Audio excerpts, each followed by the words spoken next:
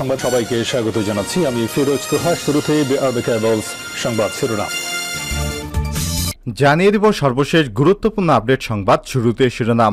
গ্যাটকো দুর্নীতি মামলায় অভিযোগ গঠনের শুনানি 25শে জুন।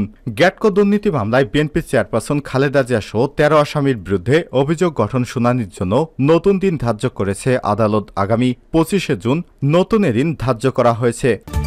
এরপর জানিয়ে দিব ঢাকা ব্যাংকের 21 কোটি টাকা আত্মসাৎ, সাইমেক্সের এমডি এবং তার স্ত্রী কারাগারে।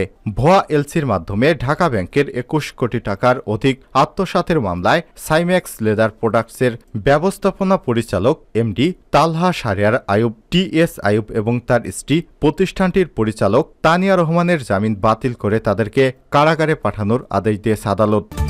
এদিকে আপত্তিকর ভিডিও ভাইরাল হওয়া সেই আওয়ামী লীগের কাউন্সিলরকে আওয়ামী লীগ থেকে বহিষ্কার করা হয়েছে। ঢাকা মহানগর দক্ষিণ আওয়ামী লীগের কার্যনির্বাহী সদস্য ঢাকা দক্ষিণ সিটি কর্পোরেশনের 20 নম্বর ওয়ার্ডের সংরক্ষিত আসনের নারী কাউন্সিলর সৈয়দা রোকসানা ইসলাম চামেলিকে দল থেকে বহিষ্কার করেছে আওয়ামী লীগ। এদিকে আখাউড়া বন্দরে আমদানি রপ্তানি বন্ধ। আখাউড়া স্থল বন্দরের আমদানি রপ্তানিকারক অ্যাসোসিয়েশনের সাবেক সভাপতি সাইফুল ইসলাম এর মৃত্যুতে বুধবার 24 এপ্রিল স্থল বন্দরে ছুটি ঘোষণা করেছে ব্যবসায়ীরা। জানিয়ে দিব গোপালগঞ্জে বোমা হামলায় গুরুতর আহত বাবা ছেলে। গোপালগঞ্জ সদর উপজেলার ঘোষেরচর উত্তরপাড়া গ্রামে দুর্বৃত্তদের বোমা হামলায় বাবা এবং ছেলে মারাত্মক আহত হয়েছে। তাদেরকে সদর হাসপাতালে প্রাথমিক চিকিৎসার পর মারাত্মক আহত অবস্থায় উন্নত চিকিৎসার জন্য ঢাকা মেডিকেল কলেজ হাসপাতালে পাঠানো হয়েছে। এবং সর্বশেষ জানিয়ে দিব লেবাননের 40 স্থাপনায় ইহুদিবাদী ইসরায়েলের বোমা হামলা। লেবাননের সশস্ত্র গোষ্ঠী হিজবুল্লাহর 40টি স্থাপনা লক্ষ্য করে হামলা চালানোর দাবি করেছে ইহুদিবাদী ইসরায়েল। দখলদার ইসরায়েল বুধবার 24 এপ্রিল দক্ষিণ লেবাননে ইরানপন্থী গোষ্ঠীদের স্থাপনায় এসব হামলা করেছে। খবর এএনডিবির। এক বিবৃতিতে ইসরায়েল সামরিক বাহিনী জানিয়েছে মাত্র কিছুক্ষণ আগে দক্ষিণ লেবাননের আইতা আল সাবের এলাকায় যুদ্ধবিমান এবং আর্টিলারির মাধ্যমে হিজবুল্লাহর প্রায় 40টি সন্ত্রাসী লক্ষ্যবস্তুকে আঘাত হেনেছে আইডিএফ সেনারা। এসব স্থাপনার মধ্যে হিজবুল্লাহর অস্ত্র সংরক্ষণ কেন্দ্র রয়েছে। প্রিয় দর্শক, এতক্ষণ শুনছিলেন সংবাদ শিরোনাম, এবারে বিস্তারিত। তবে তার আগে বন্ধুরা, আপনি কোন জেলা থেকে আমাদের সংবাদটি দেখছেন কমেন্ট করে জানিয়ে দিন এই সংবাদ সম্পর্কে আপনার মূল্যবান মতামত। প্রিয় দর্শক, আপনি যদি আমাদের চ্যানেলে নতুন হয়ে থাকেন, ভিডিওটি দেখতে দেখতে চ্যানেলটি সাবস্ক্রাইব করে রাখুন, যাতে করে আমাদের লেটেস্ট আপডেট সংবাদগুলো সবার আগে আপনার কাছে পৌঁছে যায়। এবারে বিস্তারিত। গ্যাটকো দুর্নীতি মামলার অভিযোগ গঠনের শুনানি 25শে জুন। গ্যাটকো দুর্নীতি মামলায় বিএনপি চেয়ারপারসন বেগম খালেদা জিয়া সহ 13 আসামির বিরুদ্ধে অভিযোগ গঠনের শুনানির জন্য নতুন দিন ধার্য করেছে আদালত। আগামী 25শে জুন নতুন দিন ধার্য করা হয়েছে। বুধবার 24 এপ্রিল ঢাকার কেরানীগঞ্জ কেন্দ্রীয় কারাগারে অবস্থিত ঢাকা 3 নম্বর বিশেষ আদালতের বিচারক আলী হোসেনের আদালতে মামলাটির অভিযোগ গঠন শুনানির জন্য দিন ধার্য ছিল। এদিন খালেদা জিয়ার পক্ষে শুনানি মুলতবি রাখার জন্য সময়ের আবেদন করেন তার আইনজীবী। আদালত সময়ের আবেদন মঞ্জুর করে আগামী 25শে জুন দিন ধার্য করেছে। খালেদা জিয়ার আইনজীবী হান্নান ভূঁইয়া এসব তথ্য নিশ্চিত করেছেন। তিনি বলেন, এদিন খালেদা জিয়ার পক্ষে হাজিরা দেন আইনজীবী সৈয়দ জয়নুল আবেদিন মেজবা। একই সঙ্গে অভিযোগ গঠনের শুনানির পেছনে সময়ের আবেদন করেন তিনি। শুনানি শেষে বিচারক সময়ের আবেদন শুনানি মঞ্জুর করে নতুন দিন ঠিক করেন। 2016 সালের 5 এপ্রিল এ মামলায় বেগম খালেদা জিয়া আত্মসমর্পণ করে জামিন পান। ঢাকা ব্যাংকের 21 কোটি টাকা আত্মসাৎ, সাইমেক্সের এমডি এবং তার স্ত্রী কারাগারে। ভুয়া এলসির মাধ্যমে ঢাকা ব্যাংকের 21 কোটি টাকার অধিক আত্মসাতের মামলায় সাইমেক্স লেদার প্রোডাক্টসের ব্যবস্থাপনা পরিচালক এমডি তালহা শাহরিয়ার আইয়ুব, টিএস আইয়ুব এবং তার স্ত্রী প্রতিষ্ঠানটির পরিচালক তানিয়া রহমানের জামিন বাতিল করে তাদেরকে কারাগারে পাঠানোর আদেশ দিয়েছে আদালত। বুধবার 24 এপ্রিল ঢাকা ব্যাংকের এই কর্মকর্তা আইনজীবী সাদিয়া আফরিন আইনজীবী এই বিষয়টি নিশ্চিত করেছে। সাদিয়া আফরিন বলেন, মঙ্গলবার ঢাকা মহানগর সিনিয়র স্পেশাল জজ আদালতে আসামি পক্ষের জামিন শুনানির জন্য সময়ের আবেদন করেন তাদের আইনজীবী শাইনুর রহমান। অপরদিকে ব্যাংকের পক্ষে সময়ের আবেদনের বিরোধিতা আইনজীবী আনোয়ার জাহিদ ভূঁইয়া করেন। উভয় পক্ষের শুনানি শেষে সংশ্লিষ্ট আদালতের বিচারক মোহাম্মদ শামস জগলুল হোসেন আসামিদের সময়ের আবেদন নামঞ্জুর করে তাদের কারাগারে পাঠানোর আদেশ দেয়। এর আগে 2019 সালের 21 মার্চ টিএস আইয়ুব এবং তানিয়া রহমান ঢাকার চিফ মেট্রোপলিটন ম্যাজিস্ট্রেট আদালতে আত্মসমর্পণ করে জামিন পান। সিএমএম আদালতের ওই জামিন আদেশে বাতিলের জন্য দুর্নীতি দমন কমিশনের চেয়ারম্যান ইকবাল মাহমুদ মহানগর সিনিয়র বিশেষ জজ আদালতের একটি রিভিশন মামলা দায়ের করেন। রিভিশন মামলা শুনানি শেষে আসামিদের জামিন বাতিল করা হয়। পরবর্তী আসামিরা মহানগর সিনিয়র স্পেশাল জজ আদালত থেকে অন্তর্বর্তীকালীন জামিন প্রাপ্ত হন। মামলায় অভিযোগ থেকে জানা যায়, আসামি টিএস আইয়ুব এবং তানিয়া রহমান ঢাকা ব্যাংকের ধানমন্ডির মডেল শাখায় একটি হিসাব খুলে ৩ জন বিদেশি বায়ারের নামে ১৯টি এলসি দাখিল করেন। এরপর অপর আসামিদের যোগসাজশে ভুয়া bill of exports, bill of lading সহ পণ্য শিপমেন্ট রেকর্ডপত্র তৈরি করে $৪৭,০২৫ 26টি এক্সপোর্ট বিল ২০১৭ সালের ৫ জুলাই থেকে ২৮ নভেম্বর পর্যন্ত ব্যাংকটিতে দাখিল করেন।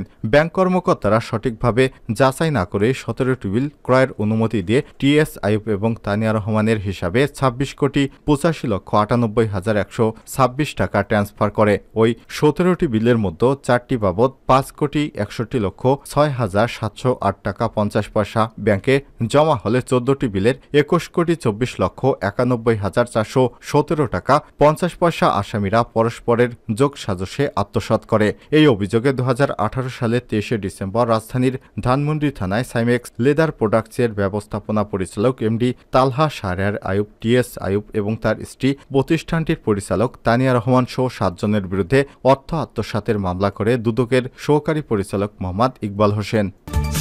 আপত্তিকর ভিডিও ভাইরাল হওয়া সেই নারী কাউন্সিলরকে আওয়ামী লীগ থেকে বহিষ্কার।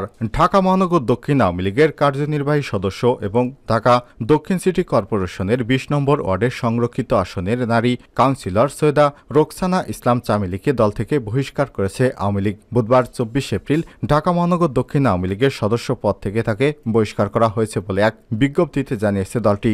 বিজ্ঞপ্তিতে বলা হয়েছে, ঢাকা মহানগর দক্ষিণ আওয়ামী লীগ একটি সুসংগঠিত এবং সুশৃঙ্খল সংগঠন। দলের গঠনতন্ত্র ৪৭/৯ ধারা মোতাবেক ঢাকা মহানগর দক্ষিণ আওয়ামী লীগের কার্যনির্বাহী সদস্য সৈয়দা রোকসানা ইসলাম চামেলিকে সংগঠনের শৃঙ্খলার পরিপন্থী কর্মকাণ্ডের কারণে পদ থেকে অব্যাহতি দেওয়া হয়েছে। এর আগে ওই নারী কাউন্সিলরের একটি আপত্তিকর ভিডিও সামাজিক যোগাযোগ মাধ্যমে ভাইরাল হয়। ভিডিওটি প্রকাশ্যে আসার পর তুমুল সমালোচনার সৃষ্টি হয়।